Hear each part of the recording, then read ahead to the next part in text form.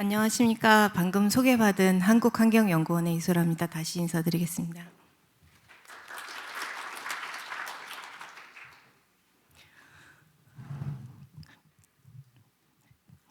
앞서도 저희 이제 행사가 코로나와 함께 상당히 폐쇄된 형태로 처음에 시작하면서 어려움이 있었는데, 제가 이제 2020년에 발표를 하고 4년 만에 다시 또 발표하는 자리가 마련된 것 같습니다.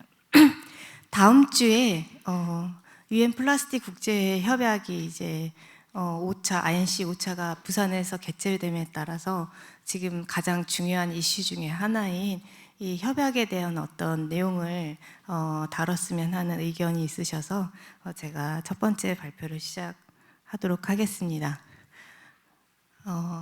주제는 이제 보시는 바와 같이 플라스틱과 우리가 오염에 대한 종식을 목표로 가져갈 수 있을 것인가에 대한 내용을 말씀드리고, 그간의 추진 경과 그리고 대응 전략, 앞으로에 대한 현안 과제 전략 순으로 말씀을 드리도록 하겠습니다. 2040 플라스틱 현주소라고 제가 제목을 넣었습니다. 많이 다른 자료에서 나왔는데, 최근에 이제 나왔던 OECD 자료에서는 2060년에 플라스틱의 생산량과 그 온실가스 배출량이 현재보다 3배 이상 증가할 것이라는 2060년 기준의 전망이 나왔었습니다. 그런데 한 달도 되지 않은 최근에 OECD에서 새로운 보고서를 냈습니다. 2040년에 맞춰서 낸 보고서인데요. 제목도 조금 바뀌었습니다. 예전에는 플라스틱에 대한 엔딩 플라스틱 폴루션이라고 해서 플라스틱의 오염을 종식하기 위한 OECD의 그런 정책 시나리오라고 했는데요. 오염 종식에 맞춰져 있었는데요. 이번에 나온 보고서의 제목은 Eliminating, 플라스틱 오염을 제거하기 위한 폴리시 시나리오로 바뀌어서 나왔습니다. 이 보고서가 시사하는 바는 실제로 국제협약 자체의 목표 연도를 2040년으로 가져가고자 하는 부분이 있는데, 그 부분에 맞춰서 현재 우리 국제적으로 플라스틱에 관련된 여러 가지 정책적인 조치를 열심히 노력을 하면 얼만큼 플라스틱에 대한 오염이나 이런 것들을 제거할 수 있는지에 대한 포커스가 맞춰졌다고 보시면 되겠습니다.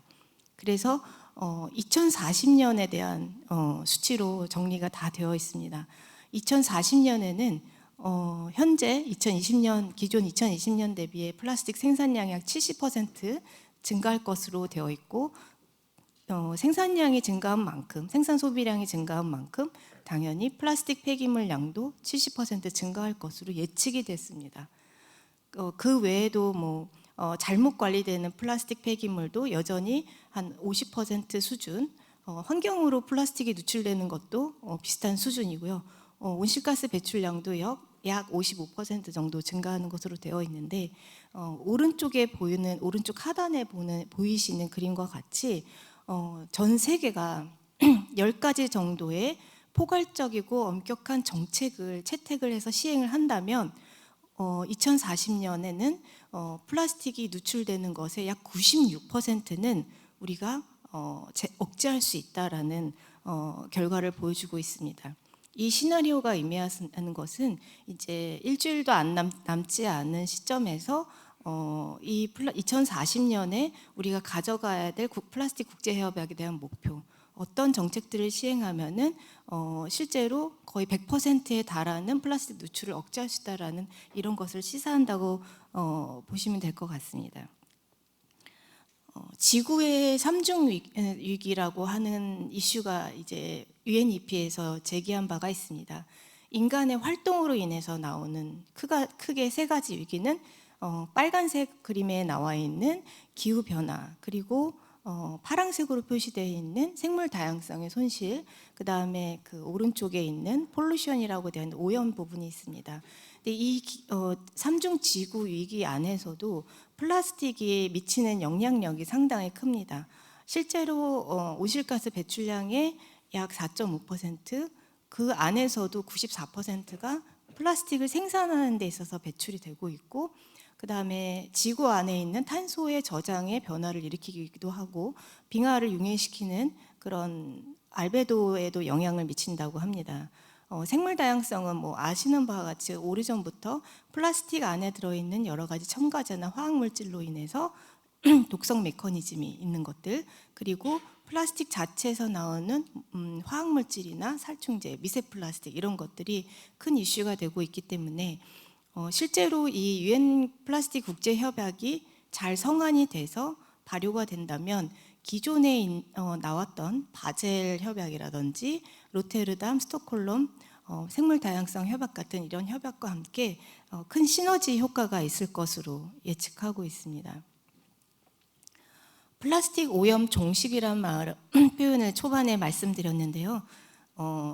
작년 요맘때 이제 유엔 사무총장께서 플라스틱 오염을 이기기 위한 이런 협약이 필요하다라고 강조를 했습니다. 특히 플라스틱은 해양 오염뿐만 아니라 기후 위기를 유발하고 있고, 그래서 지구 온도 우리가 목표하는 1.5도씨의 지구 온도 상승 목표를 달성하기 위해서는 플라스틱의 오염을 퇴치함과 동시에 플라스틱 생산을 줄이는 조약이 반드시 필요하다고 강조를 했습니다. 이 오염을 종식하기 위한 협약을 만들어 나가는 데 있어서 가장 큰 역할을 한 나라가 르완다 그리고 페루입니다. 르완다 같은 경우는 실제로 2008년도부터 플라스틱 비닐봉지하고 플라스틱 병을 금지시킨 세계 최초의 나라로 불리고 있습니다. 실제로 전 세계에서 비닐봉지를 최초로 금지시킨 나라는 2002년도에 방글라데시입니다. 방글라데시는 실제로 플라스틱 봉지가 하수구를 막고 배수구를 막아서 기존의 홍수를 일으키고 도시를 완전히 물로 덮는 이런 정도의 기후 재앙을 가져오기 때문에 그런 형식으로 사실 플라스틱 자체가 환경을 오염시킨다기보다는 이런 홍수 유발 이런 것 때문에 이제 비닐봉지를 금지를 시켰고요. 르완다는 이제 약 28년 동안 이 플라스틱 금지령에 관련된 여러 가지 사회 운동을 많이 해왔습니다. 그리고 2022년도에 유엔 환경총회에서 이 조약이 잘 진행이 될 수 있도록 적극 옹호를 했고요. 올해 9월에도 이게 기후 행동과 아주 중요한 연관성이 있음을 강조해 왔습니다. 플라스틱의 온실가스에 대한 부분은 실제로 기존의 플라스틱 자체가 폐기물로 됐을 때 일으키는 오염보다 더 심각하다라고 이제 연구 보고서가 나와 있는데요. 실제로 플라스틱 전주기에 걸쳐서 나오는 온실가스 배출량이 약 3.8%에서 4.5% 수준인데, 그 중에 이제 우리가 폐기물로 버려진 이후에 관리되지 않은 경우는 빼고라도 여전히 생산 채굴 단계에서 94%나 해당되는 온실가스가 배출되고 있음을 시사하고 있습니다. 플라스틱의 종류별로 온실가스 배출 강도를 보게 되면요, 실제로 플라스틱 전체 플라스틱 종류별 배출량에서 P가 차지하는 것은 약 22%, 그리고 PP가 차지하는 것이 15%, 그리고 페트가 차지하는 것이 21% 해서 세 가지의 주요 플라스틱 생산에서 나오는 온실가스 배출량이 약 58%나 됩니다. 근데 이것과 달리 실제로 플라스틱의 그 종류별로 온실가스 배출 강도는 가장 높은 것이 페트입니다. 가장 낮은 것이 이제 오른쪽 그림에 보이시는 바와 같이 PPE 되고요. 아무리 우리가 플라스틱을 생산하는 데 있어서 저탄소, 탈탄소화된 공정을 쓴다 하여도 플라스틱을 생산하는 데 투입되는 투입량의 70%가 원료로 소비가 되기 때문에 생산 단계에 집중이 필요하다, 생산 단계에 대한 억제가 필요하다는 말씀을 드리고자 합니다. 맥컬리의 모델이라고 해서 AI 모델입니다. 미국의 로렌스 국립연구소에서 만든 모델인데요. AI이기 때문에 계속 업데이트가 되고 있습니다. 플라스틱에 관련된 여러 가지 정책, 예를 들어서 일회용품을 포장을 감소시킨다든지 첨가제를 감소시킨다든지 그리고 2020년 기준으로 신재 플라스틱 생산을 캡을 설정해서 더 이상 늘어나지 못하게 한다든지 플라스틱 재활용 원료를 일정 부분 이상 함유하게 한다든지 이런 11가지 목표를 이행을 했을 때 온실가스 배출량이 약 41%까지 저감될 수 있는 것으로 나와 있고요. 그 중에 가장 효자 노릇을 하는 것이 신재 플라스틱 생산량을 2020년 수준으로 유지할 경우에 온실가스 배출량이 18% 저감하는 효과를 보이고 있고 재생원료 최소 함량을 약 40%, 우리나라는 지금 2030년에 30%인데요. 그거보다 조금 더 상향시켜서 40% 목표를 했을 경우에 17%의 온실가스 저감 효과가 있는 것으로 나와 있습니다. 이런 이제 앞서 말씀드린 게 지구의 삼중 위기라든지 플라스틱 오염에 관련된 여러 가지 이슈를 통해서 실제로 플라스틱의 국제 협약에 대한 어떤 재정의 필요성이 계속 대두가 됐고요. 유엔 환경총회가 상당히 오랜 역사를 가지고 있는 것으로 알려져 있지만 실제로 유엔 환경총회 1차 총회는 10년 전 2014년에 처음 열리게 되었습니다. 그때 처음 열릴 때부터 이 플라스틱의 해양 쓰레기에 관련된 이슈가 나왔고 이 문제를 해결하기 위한 결의안도 나왔습니다.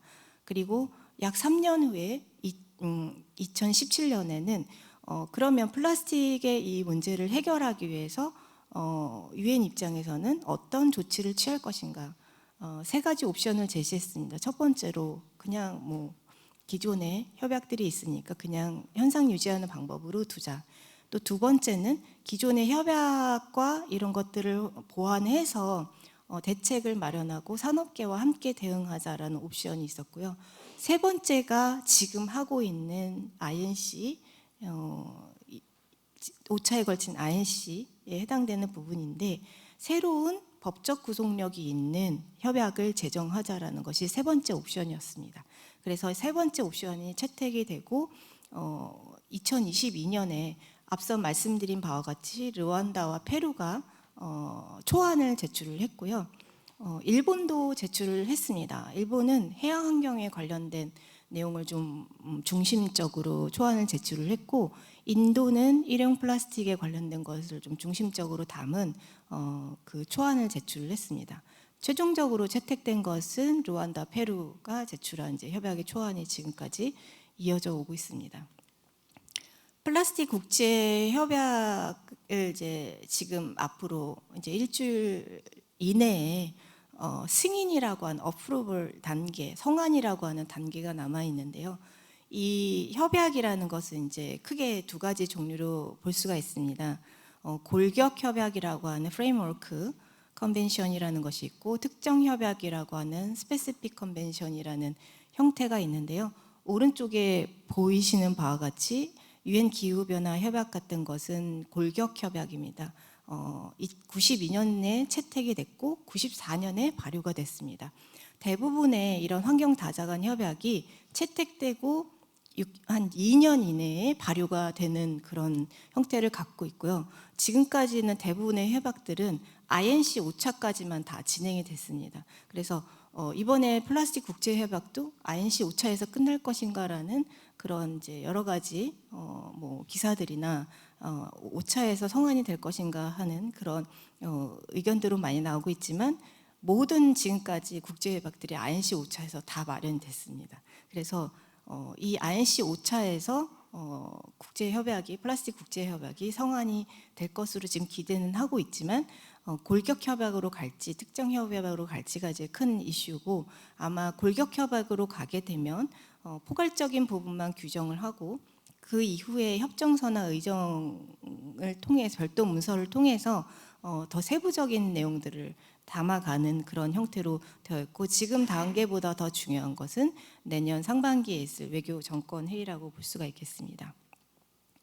그래서 이 기존에도 이미 다자간 환경협약이라고 하는 런던 협약, 해양 오염 방지 협약, 그리고 바젤 협약, 로테르담, 스톡홀름, 미네소타 협약 등 이 다양한 협약에서 이미 플라스틱에 관련된 내용들을 다루고 있고요. 이 협약에서는 각각 중요한 각각 그 부속서 안에서 중요한 내용들을 다루고 있지만 오염 자체를 포괄적으로 다루는 것은 지금 현재 부재하기 때문에 이 협약과 같이 기존에 있는 협약과 같이 통합적으로 운영할 수 있는 그런 플라스틱 국제 협약에 대한 부분들을 지금 진행하고 있다고 보시면 될 것 같습니다. 실제 타임라인을 이제 전반적으로 보시면 2022년부터 실제로 유엔 환경총회에서 5- 결의안이 나오면서 시작은 됐지만 그 지금 현재 그 협약의 초안이라고 하는 것은 INC 3차 때 공개가 됐습니다. 그러니까 1년 전에 공개가 됐고 작년 9월 정도에 초안이 나오고 이제 그 이후에 3차에서 본격적인 논의가 됐고 4차에서도 논의가 됐지만 실제로 어떤 협상이 잘 이루어지고 내용이 이렇게 모아진다기보다는 오히려 다양한 옵션으로 각국의 의견들이 더 많아지면서 복잡한 형태. 그래서 최근에 나온 INC 5차에 다뤄질 텍스트는 77페이지나 되는 기존보다 더 늘어난 77페이지나 되는 텍스트 문건으로 나와 있습니다. 그럼에도 불구하고 올 봄에 있었던 INC 4차에서는 어쨌든 회원국 28개국이 플라스틱에 관련된 오염을 줄이기 위해 부산 브릿지라는 선언을 하면서 올해 안에 성안을 야심차게 밀고 나가고 있습니다. 올해 8월에 회기간 작업이 있었는데요. 기존에 INC 4차와 5차 사이에 아무런 작업이 없다면 INC 5차에서는 제대로 된 성안을 할 수가 없기 때문에 회기간 작업, 3차에 걸친 비대면 회기간 작업과 한 번에 걸친 대면 방콕에서 열린 회기간 작업을 했습니다. 그래서 플라스틱 오염을 종식시키기 위해서는 지금 현재 기존보다는 약 1.3배나 높은 2040년에는 1조 8,840억 달러 정도의 지출이 필요한 것으로 밝혀졌습니다. 왼쪽에 보이시는 바와 같이 실제로 우리가 재활용을 열심히 하거나 대체재를 열심히 활용할수록 자본 지출이나 운영 지출은 늘어날 수밖에 없고요. 재활용을 열심히 해도 또는 재활용 일회용품을 사용하지 않아도 자본 지출과 운영 지출이 늘어날 수밖에 없습니다. 뭐 쉽게 설명드리면 스타벅스에서 다회용컵 사업을 하다가 여러 가지 문제로 이제 재정적인 문제로 그 사업을 접다시피 이런 플라스틱 오염을 제거하기 위한 여러 가지 사업을 위해서는 지출이 많이 필요한 상황입니다. 오른쪽에는 이제 기계적 재활용과 화학적 재활용 얘기도 나와 있는데 기계적 재활용과 화학적 재활용도 역시 앞으로 재활용을 늘리기 위해서는 이런 지출이 많이 필요하기 때문에 이런 재정 메커니즘을 잘 해야 될 것으로 보여집니다. 실제로 요거는 이제 한 2주 전에 나온 INC 5차의 의장의 비공식 문서가 UNEP 홈페이지에 올라온 것입니다. 기존에 우리가 플라스틱 국제 협약이 최초에 제안이 됐을 때는 플라스틱의 오염의 종식을 목표로 한다라는 것이 강력하게 제기가 됐습니다. 그러면은 우리 지구상에서 플라스틱 오염을 완전히 종식시킬 수 있는가라는 부분에 대해서는 여러 나라마다 좀 의견이 많았고요. 그래서 협약의 목적은 플라스틱 오염 종식뿐만 아니라 인간의 이제 건강과 환경을 보호하는 것을 통합적으로 목적으로 가져가기로 결정을 했고요. 그 다음에 플라스틱 제품이나 화학물질 관리는 각 나라마다 여러 가지 법적 행정적 여건이 있기 때문에 그것을 충분히 반영하는 형태로 안건이 문서가 나왔습니다. 그리고 또 폐기물 관리에 있어서는 기존에 있는 우리나라에서 사용되고 있는 그 EPR이라고 하는 생산자 책임 재활용 제도와 같은 이런 제도와 재활용 시장을 잘 확대하고 그 다음에 기존에 플라스틱 오염이 많이 일어난 지역에 대해서는 축적 지점 우선순위에서 이런 환경 정화 활동을 같이 해서 이런 취약 국가를 위한 여러 가지 지원들을 많이 하고 또 비준 발효에 대해서는 일단 50개국 이상이 비준을 하고 91일 이내에 발효하는 것으로 제안이 됐습니다. 이 보고서도 이제 나온 지 한 2, 3주밖에 되지 않았습니다. 앞서 말씀드렸다시피 플라스틱 오염 종식이 아닌 사실은 플라스틱 오염 제거를 위한 정책 시나리오가 다시 나왔고요.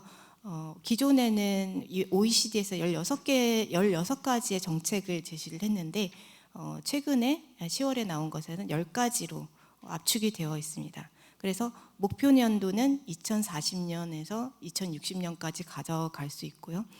실제로 목표 년도를 2040년까지 가져가는 것이 중요하지만 만약에 그게 좀 어렵다면 2060년까지도 가져갈 수 있다. 하지만 이행 비용을 감소시킬 수는 있지만 그간의 목표 년도가 40년에서 60년으로 연장됨에 따라서 지구상의 환경 오염의 축적은 심각하게 될 것이고 그에 따른 비용은 악화될 것이다라고 하고 있습니다.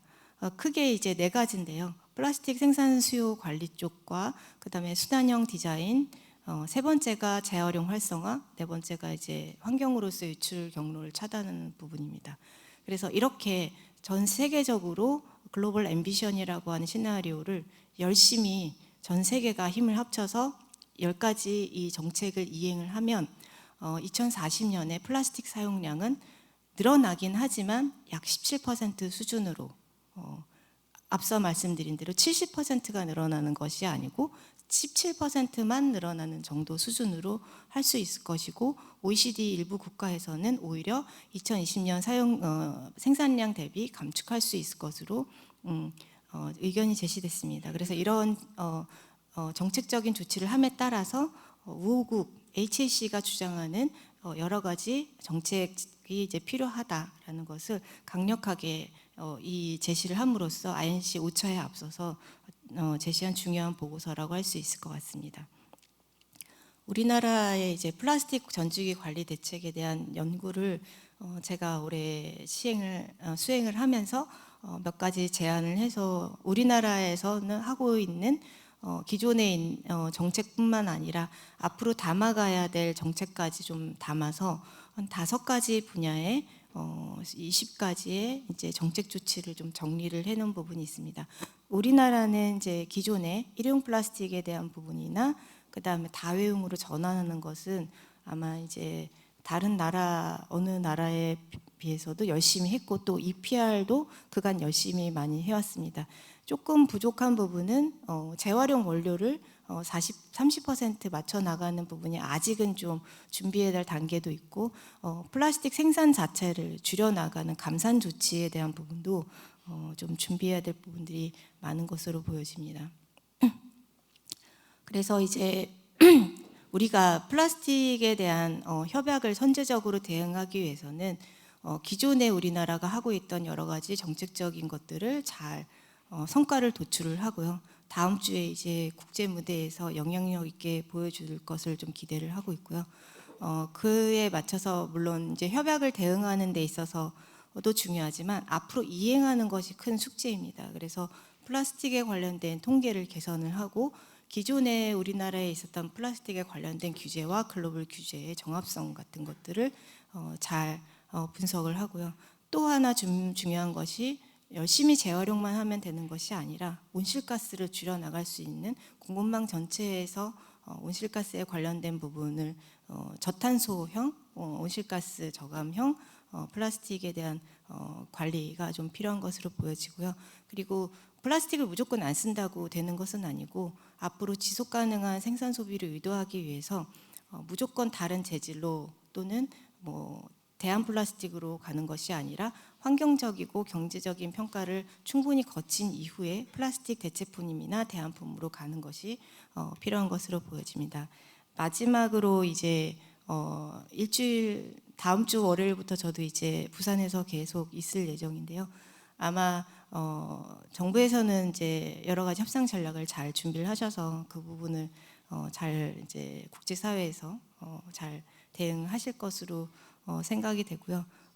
또 부대 행사도 많이 있습니다. 그래서 부대 행사 안에서도 여러 가지 플라스틱에 필요한 여러 가지 전략이나 또 이런 것들을 하고 있기 때문에 그런 것들도 많이 논의를 하고, 또 OECD나 UNEP에서도 부대 행사에도 참여를 하면서 중요한 논의들을 많이 하는 시간일 것 같습니다. 그래서 실제로 앞으로 이 협약에 앞서서 이제 일주일 남은 시간 안에 많은 관심을 가지고 또 협약에 기회가 되시는 분 오셔서 많은 또 의견을 나누는 자리를 가지면서 좋은 그 협약에 있어서 필요한 여러 가지 지식 공유가 잘 되었으면 하는 바람을 갖고 있습니다. 이상으로 발표를 마치도록 하겠습니다.